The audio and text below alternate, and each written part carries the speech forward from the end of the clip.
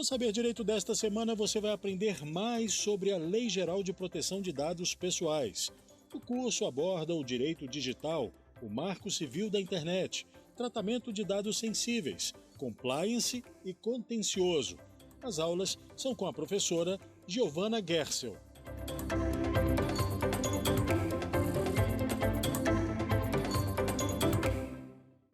Olá, sejam bem-vindos ao Saber Direito. Nós agora vamos mencionar o curso Lei Geral de Proteção de Dados, Compliance e Contencioso. O meu nome é Giovana Gersel, eu sou advogada especialista em Direito Digital e Direito Penal. Nesse curso, nós vamos ter 5 aulas e cada aula vai ter um pretexto muito importante para vocês entenderem como é que funciona a Lei Geral de Proteção de Dados e como que a gente vai aplicar isso futuramente em programas de compliance e também no contencioso no âmbito do direito digital. A aula 1, que é a aula de hoje, vai tratar sobre o histórico do direito digital. A aula 2 vai tratar sobre o Marco Civil da Internet. Na aula 3, nós vamos falar um pouco da GDPR, que é a General Data Protection Regulation, a normatização europeia sobre legislação de proteção de dados, e como ela influenciou a Lei Geral de Proteção de Dados, a nossa famosa LGPD. A aula 4 vai ser exclusiva para a LGPD e a aula 5 vai ser a sua aplicação em programas de compliance e contencioso. Cada aula vai ter 5 subtemas. Subtemas dessa aula são histórico do direito digital, funcionamento do protocolo de internet, Big Data e economia de dados, tecnologia blockchain e direito à privacidade, como isso embasou a Lei Geral de Proteção de Dados. Vamos lá? O direito digital, ele é a ciência que estuda tanto a ciência do direito quanto a ciência da computação. Por que isso foi necessário? Por que a gente precisa da criação de um direito digital? Bem, com o surgimento da internet, a gente começou a perceber que vários delitos e problemas que aconteciam no mundo físico começaram a passar para o mundo digital. Um exemplo disso, por exemplo, é o crime de estelionato. Antigamente, o estelionato acontecia só por meios físicos e atualmente a gente consegue perceber várias ocorrências de estelionato aí no ambiente virtual. Também vamos ter criações de crimes diferentes, novos, que a gente nunca tinha passado antes, como, por exemplo, a pornografia de vingança, que ela só foi normatizada em 2018 e ela é o artigo 218C do Código Penal. Então, como a relação da sociedade começou a mudar de forma veloz, teve que ter uma normatização para tentar regular como que seria essa vida em sociedade e essa vida baseada e regulada com o direito digital. A legislação sobre a internet, ela demorou um pouco a surgir no Brasil, tá? Vamos considerar que a internet, de fato, chegou ao Brasil no ano de 1992, mas somente no ano de 2000 é que a gente vai ter a nossa primeira legislação sobre direito digital.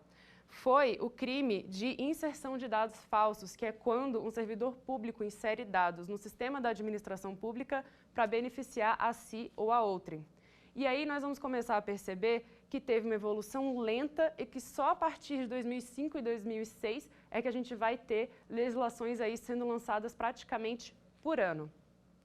Em 2001, nós tivemos a Medida Provisória 2200, que criou a infraestrutura de chaves públicas, que é o assinador digital, que nós advogados usamos com muita frequência na nossa atuação.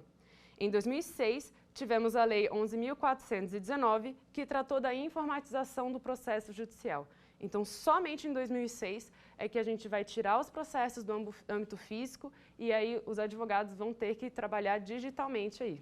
Em 2008, nós vamos ter a primeira legislação sobre pornografia infantil na internet. Em 2012, nós vamos ter a primeira e famosíssima Lei Carolina Dickmann, que é a lei que trata de invasão de dispositivo informático alheio com o fim de obter, adulterar ou destruir dados ou informações sem autorização expressa ou tácita do titular do dispositivo. Por que essa lei surgiu, né? Ficou muito famosa essa ocorrência da Carolina Dickmann, que tinha levado o computador para ser consertado e lá o técnico retirou algumas fotos íntimas dela e ameaçou ela. E aí a lei da Carolina Dickmann, ela foi inclusive um grande incentivo e ela auxiliou bastante no Marco Civil da Internet, que é hoje uma das principais bases de dados legais quando a gente trata aí de direito digital. Em 2013, nós vamos ter o decreto 7.962, que trata de comércio eletrônico. Então, a gente vai ter aí o surgimento de economias como Groupon, Peixe Urbano, que começam a vender online em grande quantidade, e aí nós vamos começar a ter alguns problemas com o direito do consumidor, porque as empresas não conseguiam dar conta da demanda. Então, esse decreto ele vem para tentar dar uma regulamentada e tentar auxiliar os consumidores. Somente em 2014 é que nós vamos ter um Marco Civil da Internet, a primeira legislação que vai tratar sobre princípios, garantias e direitos no âmbito da internet no Brasil.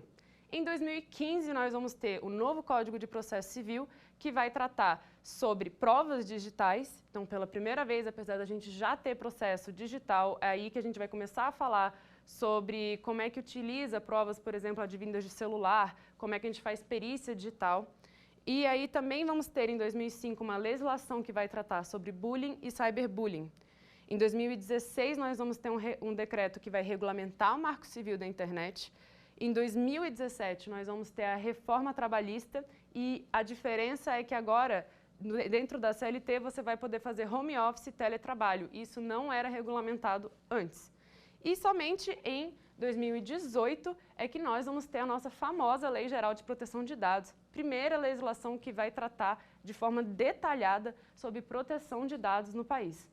Em 2018 também, nós vamos ter novas criminalizações, como, por exemplo, a pornografia de vingança, que eu já tinha mencionado anteriormente. Então, para a gente entender como que o direito digital vai funcionar, eu vou primeiro contar um pouco da história do surgimento da internet. A internet surgiu no ano de 1960 nos Estados Unidos, durante o contexto da Guerra Fria.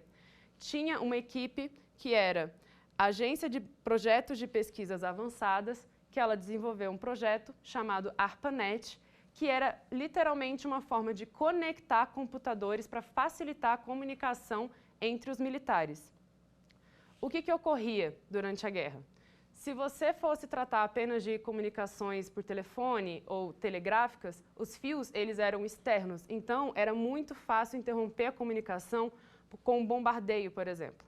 Com a ARPANET, os fios viram subterrâneos, então é possível conectar computadores, ter uma comunicação mais rápida, e aí por isso que ela começou a fazer tanto sucesso. Em 92, a internet ela vai ser disseminada pelo mundo e aí ela vai ir para os computadores da sua casa.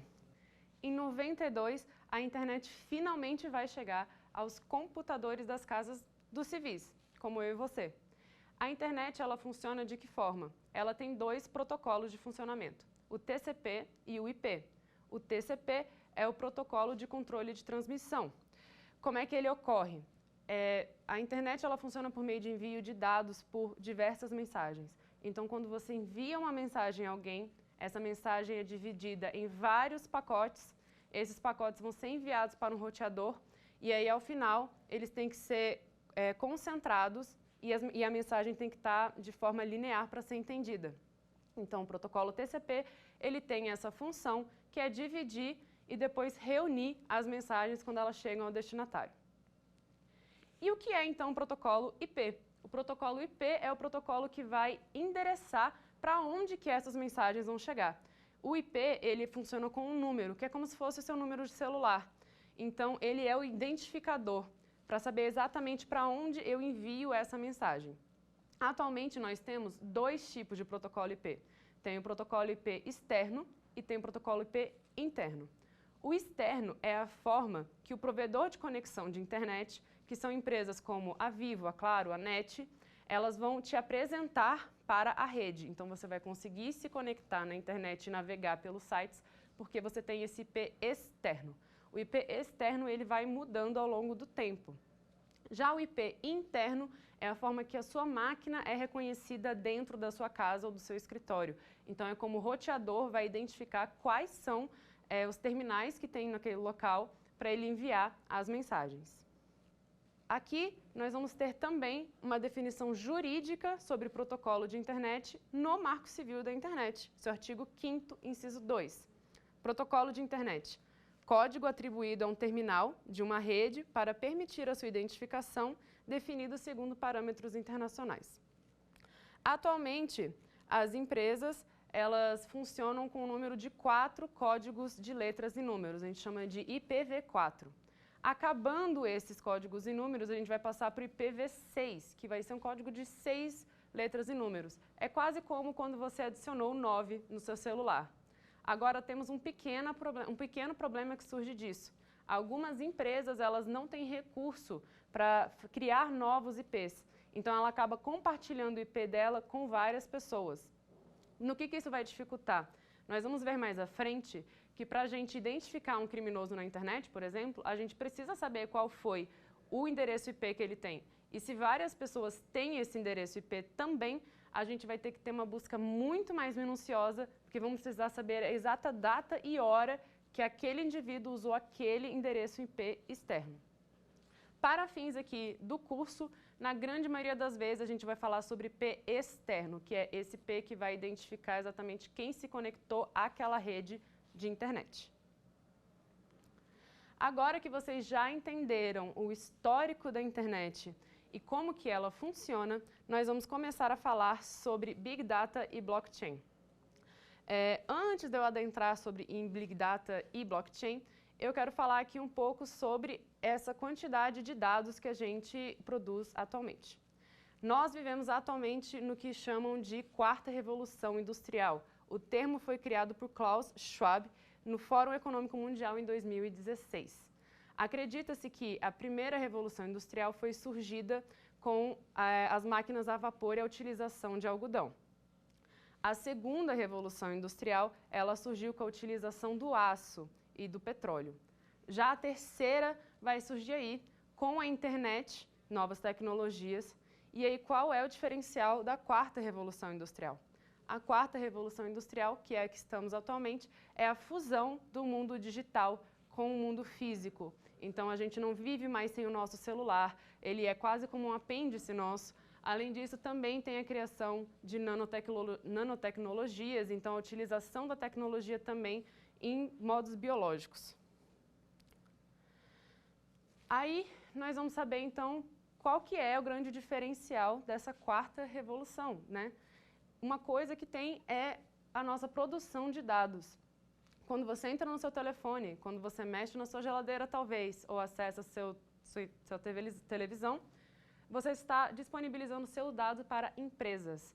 Essas empresas elas vão criar perfis com base nos seus dados e tudo isso vai utilizar machine learning e algoritmo, que são definições que a gente vai ver um pouquinho mais para frente.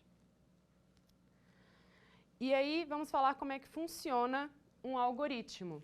A gente fala muito de algoritmo quando a gente está conversando sobre, por exemplo, redes sociais. A gente comenta, nossa, o algoritmo do Instagram mudou, agora eu não vejo mais as coisas por ordem cronológica. Exatamente.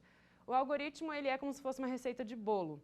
Ele vai ter instruções bem definidas e ele vai precisar de uma grande base de dados para ele conseguir se aperfeiçoar nesse processo que a gente chama de machine learning. E essa grande base de dados é o que a gente vai chamar posteriormente de Big Data. Só a título de curiosidade, Jason Kolb, ele disse que, em seu livro, que a quantidade de dados que é armazenada hoje, em apenas um dia, ela é maior do que a quantidade de dados que foi produzida desde o início da humanidade até o ano de 2003. E aí, quando esse algoritmo ele consegue pegar um imenso número de dados, ele vai começar a se aperfeiçoar nesse processo que a gente vai chamar de machine learning. Em um termo conceitual específico, machine learning é um método de análise de dados que automatiza a construção de modelos analíticos. É um ramo da inteligência artificial baseado na ideia de que sistemas podem aprender com dados, identificar padrões e tomar decisões com o mínimo de intervenção humana. A gente consegue ver isso, por exemplo, com Alan Turing, um famoso matemático que ele criou uma teoria de que se um robô conseguisse aprender a fingir que ele é humano, a gente poderia falar que ele finalmente adquiriu inteligência. Como é que ele fazia esse teste, que é o famoso teste de Turing? Ele colocava um ser humano para conversar com uma máquina. Ao longo do tempo, a máquina vai começar a pegar dados. E toda vez que o humano falar, não, isso aqui é uma máquina, isso aqui não é humano que está falando comigo, ele vai ver que ele errou e ele vai começar a aprender com esse erro. Com o passar do tempo, ele vai aperfeiçoar a linguagem dele a ponto de que ele vai ter um momento que ele vai conversar com o ser humano e o ser humano não vai saber distinguir se quem está falando com ele do outro lado é um ser humano ou é uma máquina. Quando ele passa o teste de Turing, você pode falar que ele realmente adquiriu inteligência artificial. E isso é basicamente a base do machine learning, que vai ser como isso vai fomentar a economia de dados. E o que é a economia de dados? A economia de dados é um modelo de negócio baseado em tratamento de dados. A gente vai ver grandes empresas nesse setor no sentido Facebook, Google, Tesla, Instagram. Todas essas empresas, elas utilizam de dados para oferecer serviços. E como isso funciona? Como eu expliquei, com Machine Learning, você vai criar perfis de usuário. Nesse perfil de usuário, eu, como empresa, vou conseguir te oferecer exatamente o que você quer. Com base com o que você utiliza na sua rede social, eu sei exatamente o que você quer ver, que tipo de conteúdo você passa mais tempo ou menos tempo. E aí eles conseguem te oferecer um produto que ele é personalizado. Por isso que, por exemplo, em redes sociais, a gente pode dizer que a gente vive numa bolha, porque a gente não vê exatamente o que acontece no mundo, mas a gente vê o que o algoritmo te apresenta com base no que você gosta. E isso também é utilizado em empresas normais, como, por exemplo, empresas de roupa. Elas precisam saber que tipo de roupa que os consumidores gostam mais, que tipo de cor que eles utilizam, em qual região que tipo de roupa faz mais sucesso. Isso tudo você vai conseguir com grande quantidade de dados. Então, por isso que acaba que a gente fala aí, às vezes, de uma invasão de privacidade. Muitas vezes, as empresas vão acabar fazendo seu perfil em situações que não são boas para o usuário. Podem gerar perfis discriminatórios, pode gerar segregação também, porque você não vai ter liberdade, por exemplo, de ter todos os produtos que você teria interesse que fossem apresentados para você. E também pode causar uma distorção na realidade do usuário. E aí vamos falar um pouco sobre o que é, então, Big Data, né? Eu falei sobre economia de dados, eu falei sobre algoritmo, eu falei sobre Machine Learning. Então, o que vai ser Big Data? Big Data vai ser a junção, aí vai ser a coleta de dados com 3 vetores. Grande volume, grande velocidade e grande variedade de dados. Quanto mais dados você tiver, melhor. Então, assim, o algoritmo vai se aperfeiçoar e vai conseguir te trazer produtos mais personalizados. Marketing de nicho, completamente direcionado. Então, hoje em dia, a gente não utiliza marketing de massa, por exemplo. Marketing de massa é para o computador, é para a televisão. Passam propaganda, todo mundo que está na televisão naquele horário vê. O marketing direcionado, não.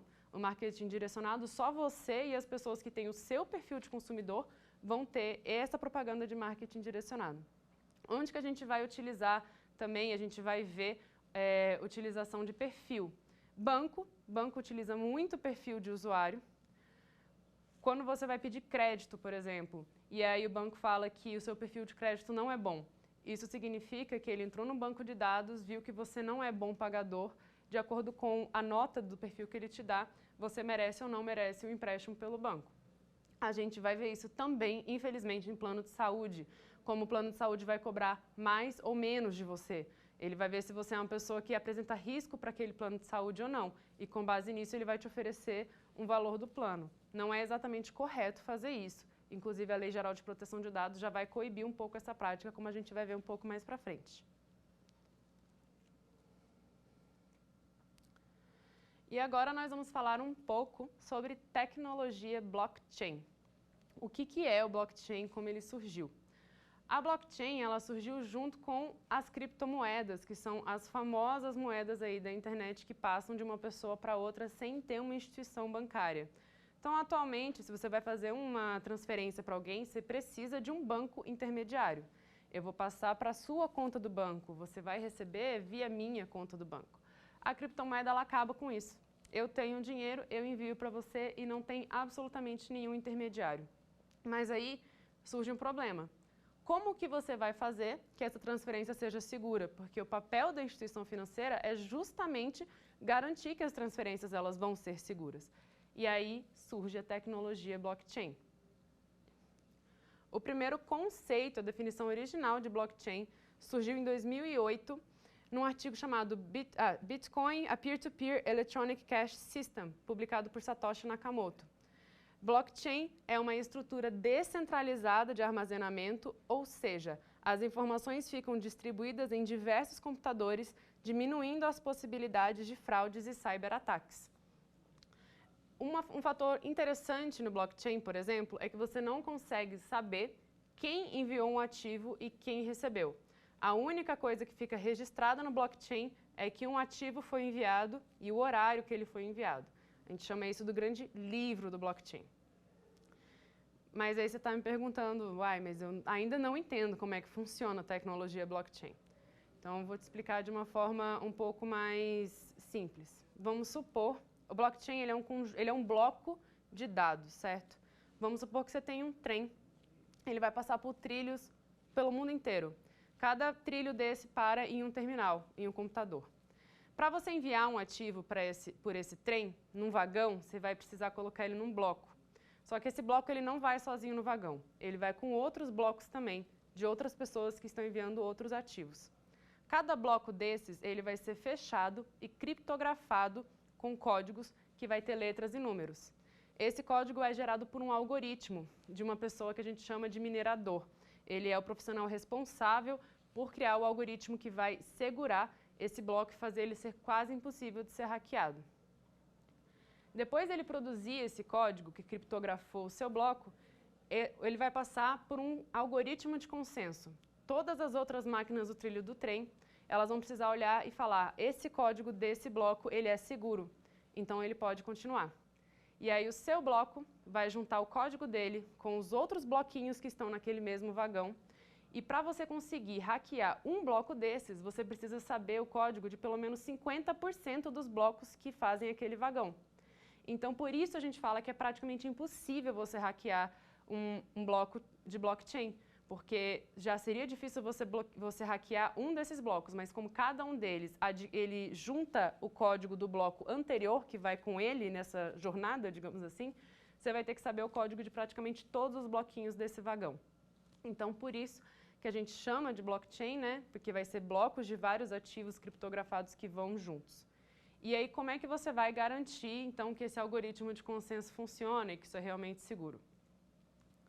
Os mineradores, que são os profissionais que fazem essa tecnologia e que eles criam essas criptografias, eles só conseguem receber se aquele bloco tiver sucesso. Então, se aquele bloco realmente for seguro e for, digamos, não hackeável. Então, por isso, eles têm aí um estímulo para eles continuarem sendo honestos e para eles trabalharem de forma constante para que eles consigam ser remunerados.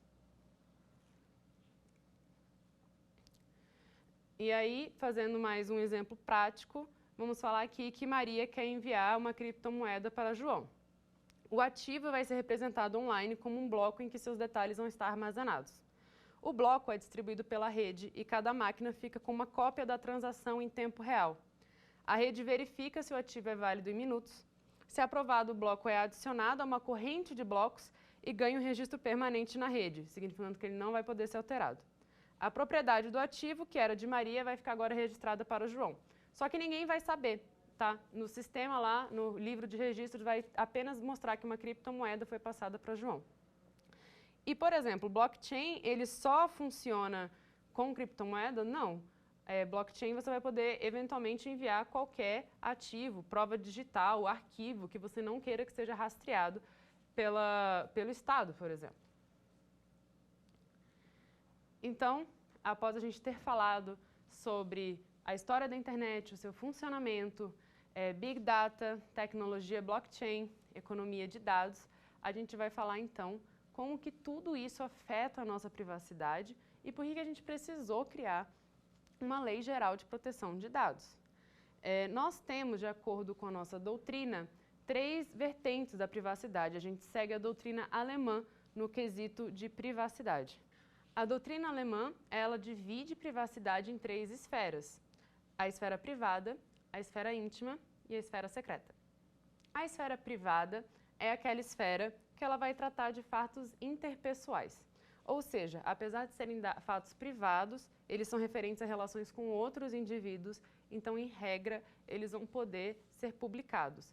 Então, vamos dizer que você tem aí uma relação de trabalho e que deu errado essa relação de trabalho, vamos dizer assim, você teve que demitir a pessoa, vocês vão para a Justiça do Trabalho. Em termos da Justiça do Trabalho, ela é um ramo do direito que é público. As pessoas conseguem ter acesso àquele processo, né, tirando quando tiver fatos que sejam sigilosos. Então, por isso a gente fala que é uma esfera privada, mas não é uma coisa completamente íntima, digamos assim. A esfera íntima ela vai tratar de sigilo domiciliar e profissional. Sigilo domiciliar e profissional normalmente é o que a gente fala como o sigilo dos advogados, que não podem revelar, por exemplo, o que seus clientes dizem para eles. Então, essa seria a esfera secreta. Por fim, a esfera íntima é tudo aquilo que o indivíduo ele não quer compartilhar com outros indivíduos, aquilo que é só para ele. Então, esse dano de ter aquilo divulgado vai ser muito grande para aquela pessoa. A nossa Constituição Federal ela já defende aí o direito à privacidade. Você consegue ver que existe essa adoção da doutrina alemã no artigo 5º, parágrafo 10º, quando a Constituição fala: são invioláveis a intimidade, a vida privada, a honra e a imagem das pessoas, assegurado o direito à indenização pelo dano material ou moral decorrente da sua violação. E é nesse contexto que a LGPD é criada, porque apesar de que a gente já tinha proteção de dados, por exemplo, no Marco Civil da Internet, não existia uma regra que puniria alguém que não fosse transparente, que puniria alguém que estivesse vendendo os seus dados. A gente começou a ver muito essa questão da criminalização, da penalização de empresas que tratam dados de forma indevida a partir do momento que a gente teve a edição da LGPD. A gente começou a ver que não é lícito que os dados do usuário sejam recolhidos sem o seu consentimento, que os usuários sejam, de certa forma, manipulados a certos produtos, a certos serviços, sem que eles tenham a menor noção do que está acontecendo e como que esses dados estão sendo recolhidos. E aí, novamente, né, a gente fala aí sobre essa questão do marketing direcionado. Vocês já devem ter ouvido a frase que quando o produto é de graça, quem é o produto é você. Isso é o que acontece na maioria das redes sociais. Você não paga para utilizar a rede social porque você está oferecendo o produto para aquela empresa a todo momento que você utiliza aquela rede social. Essa rede social vai fazer ali um perfil, vai direcionar produtos para você e ela vai ganhar muito dinheiro com isso. Agora, uma história que poderia ser triste ou poderia ser engraçada, vai depender do seu ponto de vista, sobre marketing direcionado. Uma empresa muito famosa nos Estados Unidos, chamada Target, que é um grande supermercado, digamos assim, pensou em fazer um programa de marketing direcionado. Eles começaram a perceber quais eram os produtos que os seus usuários, seus clientes mais compravam e, com base nisso, fizeram perfis e faziam propagandas direcionadas a eles. Um desses perfis eram gestantes. Perceberam que as gestantes, elas procuravam muito no site, elas também compravam muito óleos de bebês, fraldas, brinquedos, itens de bebês no geral. E aí eles começaram a enviar folders e propagandas para essas clientes que eles consideravam que eram gestantes. Eles enviaram uma vez para uma adolescente e o pai dela viu na caixa de e-mail dela. E ele achou um absurdo a Target enviar propagandas de itens de bebê e de gravidez para a filha adolescente dele. Esse americano abriu uma reclamação contra a Target e a Target se desculpou. Disse que ia ver o que aconteceu no algoritmo, por que o algoritmo tinha errado e estava enviando propagandas de produtos de gestante para a filha de 16 anos dele. Alguns dias depois, ele que veio se desculpar com a Target, porque a filha dele realmente estava grávida e a Target sabia disso antes dele. Então, esse é o mundo que a gente vive atualmente. As empresas, às vezes, vão saber mais sobre membros da sua família do que você mesmo vai saber. A empresa, às vezes, vai saber mais sobre você, com base no que você pesquisa e no que você vê na internet, do que você mesmo vai saber. Então, é por isso que a Lei Geral de Proteção de Dados é tão importante, porque será que nós queremos mesmo que as empresas saibam tudo da gente com antecipação? Quanto poder isso tem em questão de poderes decisivos? A gente vai ver nas próximas aulas, por exemplo, o grande escândalo da Cambridge Analytica, que foi um escândalo que envolve diretamente a democracia, envolve diretamente influência, por exemplo, de partidos políticos na propaganda e tomada de decisão dos usuários da internet.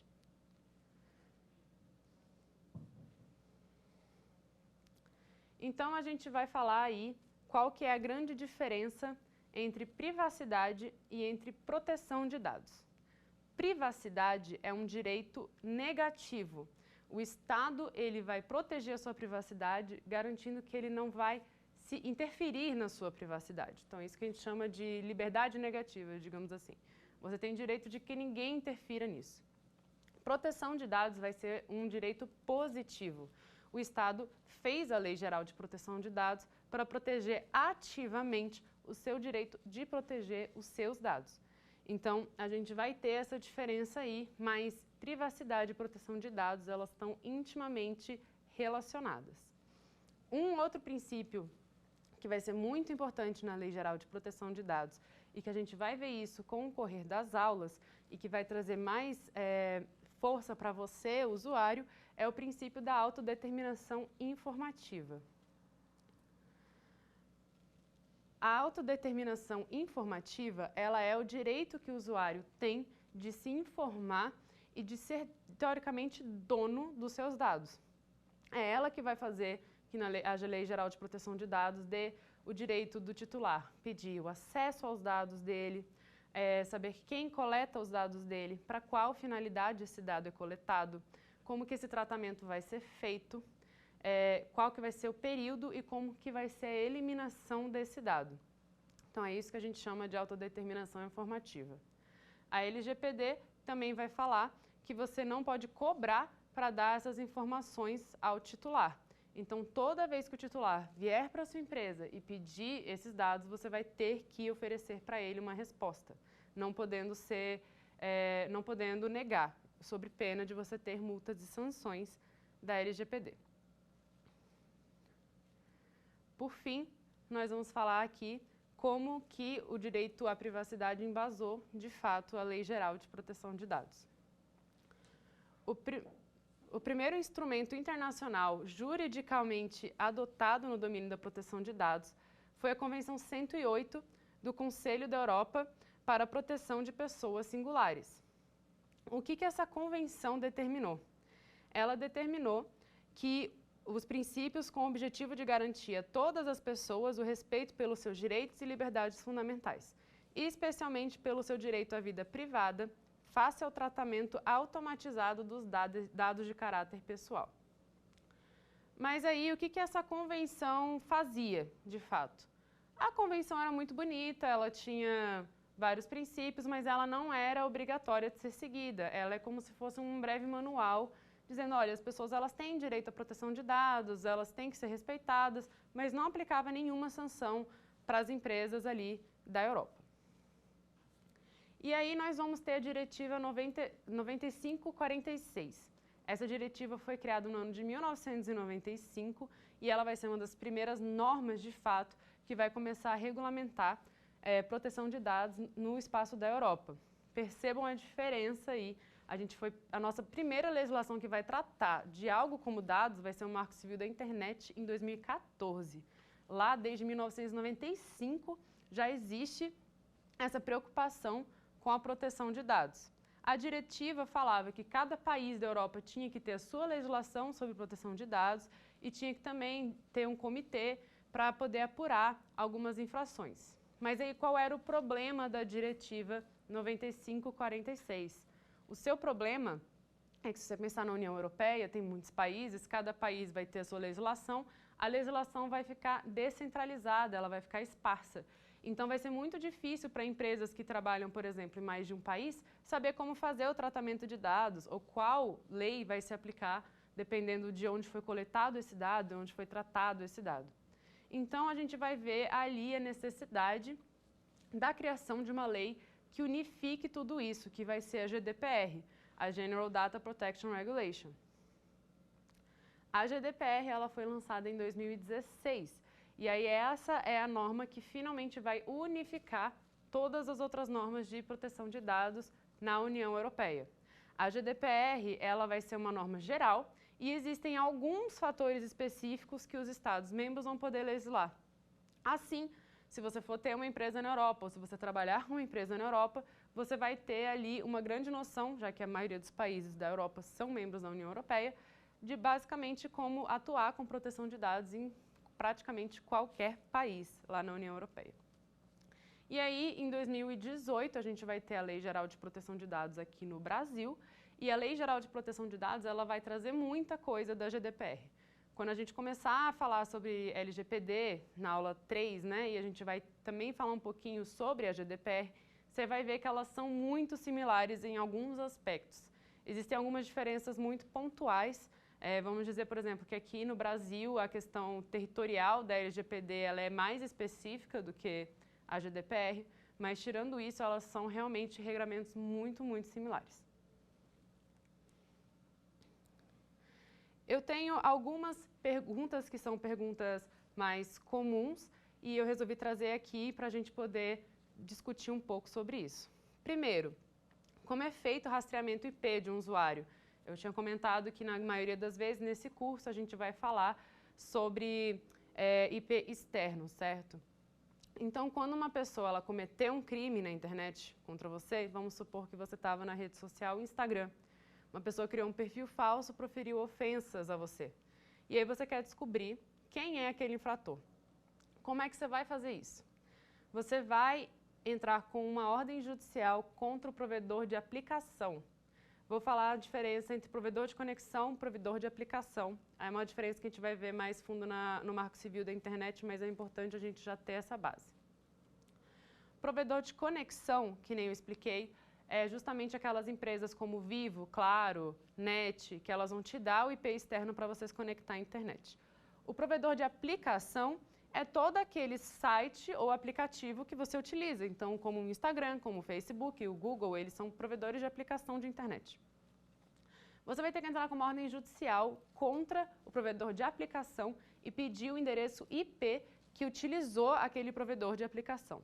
Você pode também pedir os dados cadastrais, mas aí nesse quesito a gente sabe que não é muito eficaz porque muitas pessoas elas vão cometer crimes por meio de perfis falsos, então elas não vão utilizar a identidade delas de verdade. Então você precisa saber o endereço IP. Dentro desse código que eu falei para vocês, que pode ser IPv4 ou IPv6, você consegue descobrir qual é o operador de conexão que ofereceu aquele endereço IP. O provedor de aplicação também vai precisar falar para você a exata data e a exata hora que aquela pessoa entrou naquele perfil e proferiu as ofensas. Então, com base nisso, você vai ter outra ordem judicial contra o provedor de conexão para que ele te dê o endereço IP e os dados cadastrais daquela pessoa, da pessoa que utilizou aquele endereço IP naquela hora. Lá, você vai poder tanto ver o endereço IP interno, né, para saber qual máquina exatamente que foi utilizada, quanto pegar os dados cadastrais de quem contratou o serviço do provedor de conexão. E é assim que você vai descobrir, por exemplo, quem é um criminoso na internet, digamos assim. O problema é que isso muitas vezes pode ser custoso, né? Então, apesar de que a gente tem essa sensação de que existe uma certa anonimização na internet, a gente sabe que essa anonimização é falsa. Você pode sim ser descoberto, vai ser um trabalho aí, vai ser um pouco difícil, mas você consegue rastrear e você consegue descobrir quem é uma pessoa que estava utilizando aquele endereço IP. A única forma de você dificilmente conseguir rastrear um endereço IP é, por exemplo, quem utiliza os mecanismos da Deep Web. A Deep Web, você não tem um endereço IP rastreável como esse de provedor de conexão. Então, por isso que é muito difícil você conseguir rastrear pessoas que utilizam Deep Web, e é por isso que na Deep Web a gente consegue encontrar aí também uma grande proliferação de crimes, tá? Uma outra pergunta também que é muito comum é qual vai ser a vantagem de utilizar a tecnologia blockchain. Como eu tinha dito para vocês anteriormente, a tecnologia blockchain ela é muito mais segura do que qualquer outro tipo de tecnologia que a gente tem no momento. Por exemplo, quando você salva os seus dados na nuvem, você está salvando ela num local centralizado de armazenamento. Existe uma empresa que ela gerencia a nuvem e ela vai garantir ali que existem as questões de segurança de informação. No blockchain não é um computador, são vários computadores ao redor do mundo que vão garantir que aquele bloco tem um sistema criptografado extremamente seguro e que só vai conseguir ser corrompível a partir do momento que mais de 51% daquela chave for corrompida. Então, a gente espera aí que no futuro talvez a gente consiga utilizar o blockchain para envios, talvez, de documentações mais comuns. Atualmente é difícil, você não vai conseguir simplesmente enviar uma foto via blockchain, por exemplo. A gente vai ver o blockchain ainda muito associado às criptomoedas, mas é uma tecnologia que tem chances aí realmente de avançar. E em terceiro, uma outra pergunta que está sempre associada ao blockchain é o que são as criptomoedas. As criptomoedas, elas vão ser essas moedas que não vão precisar de uma instituição financeira intermediária, então elas podem ser enviadas de uma pessoa para outra. A criptomoeda também é muito interessante porque ela funciona de uma forma meramente especulativa. O mercado de criptomoedas é muito parecido com, por exemplo, o mercado de ações. A gente vê que tal criptomoeda subiu, tal criptomoeda desceu, então as pessoas compram e vendem criptomoedas e assim elas fazem dinheiro, digamos, com a criptomoeda, com o Bitcoin, que é o tipo de moeda mais famoso, né? Existem outras moedas que, além do Bitcoin, que a gente acaba conhecendo, a gente associa o nome a isso.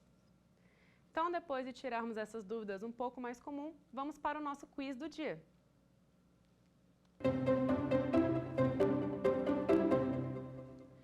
Qual das alternativas abaixo melhor define o termo economia de dados? Opção A. Economia de dados é a compra e venda de dados pessoais sensíveis. Opção B. Economia de dados é o conjunto de informações referentes à data e hora de início e término de uma conexão à internet, sua duração e o endereço IP utilizado pelo terminal para o envio e recebimento de pacote de dados. Opção C. Economia de dados é o fornecimento de dados para empresas. Ou opção D. Economia de dados é a economia baseada na coleta e tratamento de dados que serão utilizados para sustentar um modelo de negócios. E aí, qual opção você acha que é a certa? A opção certa é a opção D. Economia de dados é a economia baseada na coleta e tratamento de dados que serão utilizados para sustentar um modelo de negócios. Por que a opção A está errada? A economia de dados não é a compra e venda de dados pessoais sensíveis. Dados pessoais sensíveis são todos aqueles dados que são ligados, por exemplo, à orientação sexual, orientação política, raça. Então, assim, todos esses dados que são de uma esfera um pouco mais íntima. E já não poderia ser negociado assim de forma simples, a gente vai ver isso no LGPD. Mas a economia de dados vai muito além de simples compra e venda de dados. A economia de dados, ela também vem de um tratamento desses dados que vai utilizar para otimizar a experiência do usuário e também otimizar, né, a questão de marketing, criação de novos produtos pelo empreendedor. B.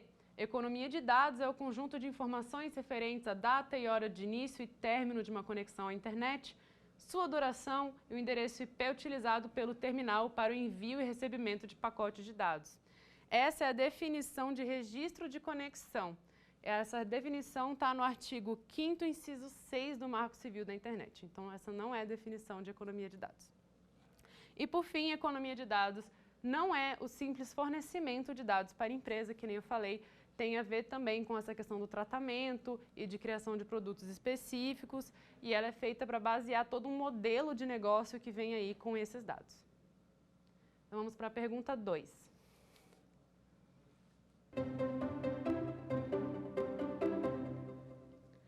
Em relação à tecnologia blockchain, assinale a alternativa correta. A. O armazenamento da tecnologia em nuvem é descentralizado. B. O blockchain é uma estrutura centralizada de armazenamento. C.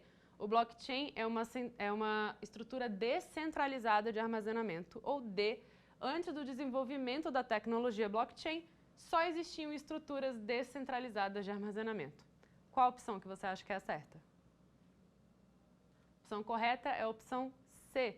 O blockchain é uma estrutura descentralizada de armazenamento. Como eu falei, várias máquinas ao redor do mundo vão ter acesso a esse bloco e elas vão ter que garantir que esse bloco vai estar seguro por base de um algoritmo de consenso. Então, por isso que ele é descentralizado. Por que as outras não estão corretas?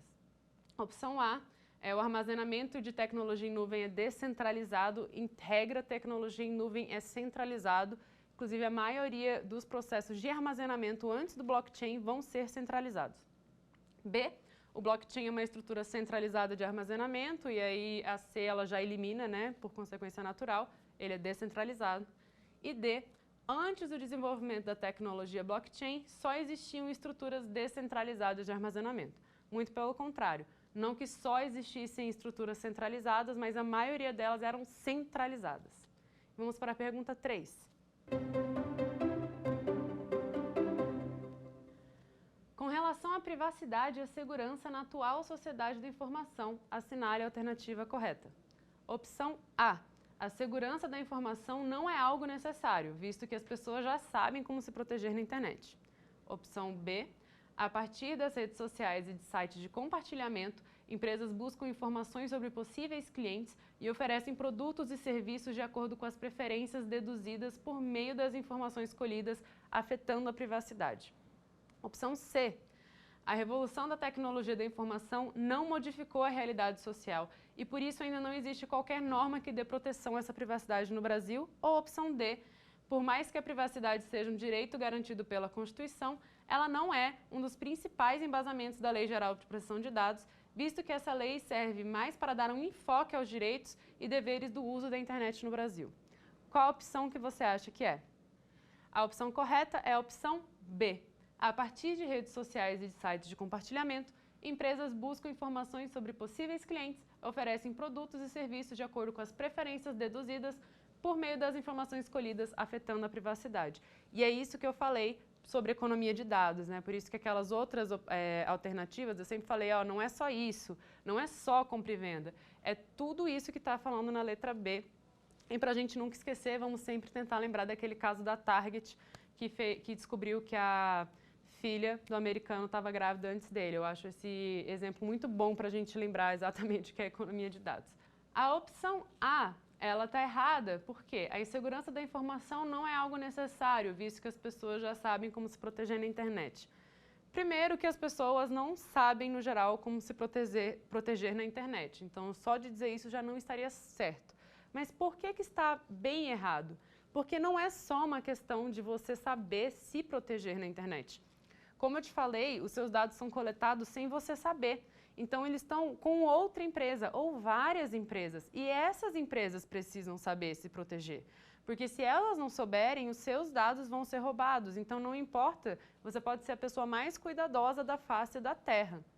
A partir do momento que você entra no Google para procurar uma coisa, a partir do momento que você vai no Netflix tentar selecionar um filme, seus dados estão sendo coletados. Inclusive, seus dados estão sendo coletados quando você anda na rua, com máquina de segurança, por exemplo. As filmadoras, elas vão filmar você e imagens como fotos e vídeos, eles são considerados dados. Então, por isso que a gente não pode falar que é só uma questão das pessoas não saberem se proteger.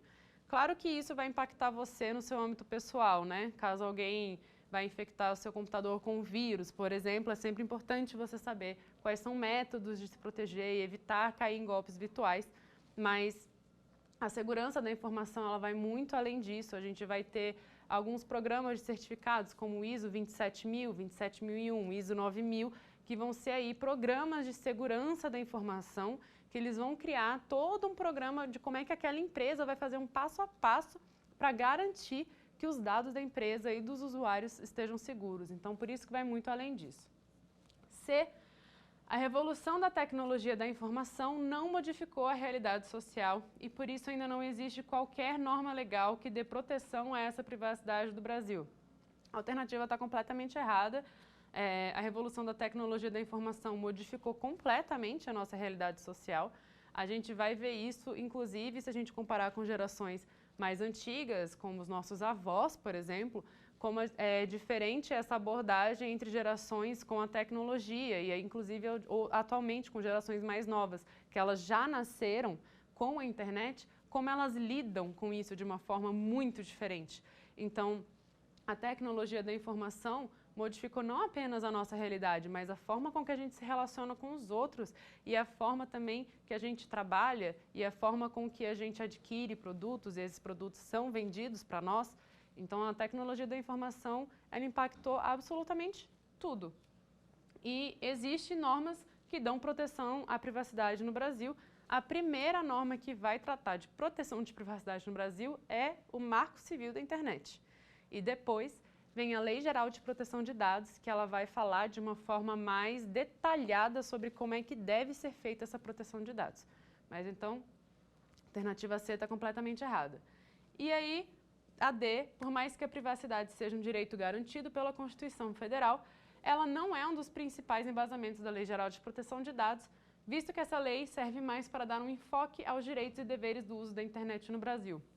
A privacidade é o principal enfoque da Lei Geral de Proteção de Dados. A lei que quer tratar mais sobre os direitos e deveres da internet no Brasil é o Marco Civil da Internet, que vai ser a matéria da nossa segunda aula. Então, eu queria dar um breve resumo sobre tudo que a gente falou nessa aula de hoje. Hoje nós falamos sobre a história do direito digital. Primeiro, de o que é o direito digital. Ele é o ramo da ciência do direito que vai estudar também a ciência computacional e também vai criar dispositivos para tentar regulamentar a nossa vida em sociedade, visto que atualmente a gente compra via internet, a gente se relaciona via internet e a gente vê o mundo pela internet. Então a gente precisa de normativos que vão regulamentar aí o mundo cibernético. A internet surgiu no ano 1960 nos Estados Unidos por um projeto da ARPA, foi chamado ARPANET, e ele conectava computadores e fazia com que a comunicação fosse mais rápida. Pelo fato de que a internet utiliza cabos subterrâneos, essa comunicação ficava muito mais segura. Então, por isso que ela começou a se popularizar. Em 1992, computadores de civis começaram a ter internet. Nós também falamos sobre o que é a economia de dados, como que isso faz a economia atualmente girar. As empresas conseguem oferecer produtos de marketing nichado, elas conseguem oferecer produtos melhores, elas conseguem otimizar, né, aplicativos para sua usabilidade, e tudo isso vem por causa do Big Data, dos algoritmos e do Machine Learning. Big Data é a junção de muita velocidade, com muita variedade e muito volume de dados, que são alimentados em um algoritmo, que por meio do Machine Learning ele consegue aprender sozinho e ele consegue otimizar aí questões de marketing, questão de produtos e serviços. Ele consegue criar perfis e com base nesse perfil a sua empresa consegue tomar decisões que são mais focadas. Nós também falamos sobre a tecnologia blockchain, que é a tecnologia de envio de dados e ativos por meio de blocos. Esses blocos, eles são segurados por dados criptografados que passam por um algoritmo de consenso e ele é uma estrutura descentralizada de armazenamento, visto que vários computadores ao redor do mundo vão estar ali para dar o ok naquele algoritmo de consenso. Lembrando que no blockchain você consegue saber que ativo e que horas ele foi enviado, mas você não consegue rastrear quem enviou esse ativo para quem.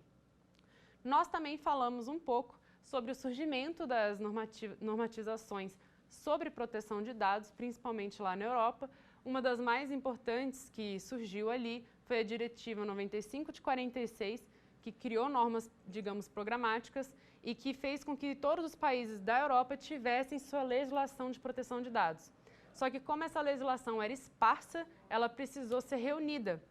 E por isso teve que ter a criação da GDPR em 2016, que ela virou uma norma geral e todos os países da União Europeia precisam seguir a GDPR e eles apenas vão legislar sobre alguns trechos que são específicos que ou a GDPR não trata ou a GDPR permitiu que esses estados tratassem. Em 2018, nós vamos ter a nossa Lei Geral de Proteção de Dados e é ela que vai regular como que os dados vão ser tratados e coletados aqui no Brasil. Nós temos mais 4 aulas. Próxima aula, como eu falei, é Marco Civil da Internet. A terceira aula a gente vai falar sobre GDPR e LGPD. A quarta aula vai ser exclusiva para LGPD. E a quinta aula a gente vai falar sobre o LGPD e como fazer programas de compliance e utilizar a LGPD também no contencioso, no direito digital. Eu espero que vocês continuem acompanhando o nosso curso e até mais. Quer dar uma sugestão de tema para os cursos do Saber Direito? Então mande um e-mail para a gente, saberdireito@stf.jus.br, ou entre em contato por WhatsApp. O número é esse que aparece na tela. Você também pode acompanhar as aulas pela internet. Acesse tvjustiça.jus.br ou nosso canal no YouTube, TV Justiça Oficial.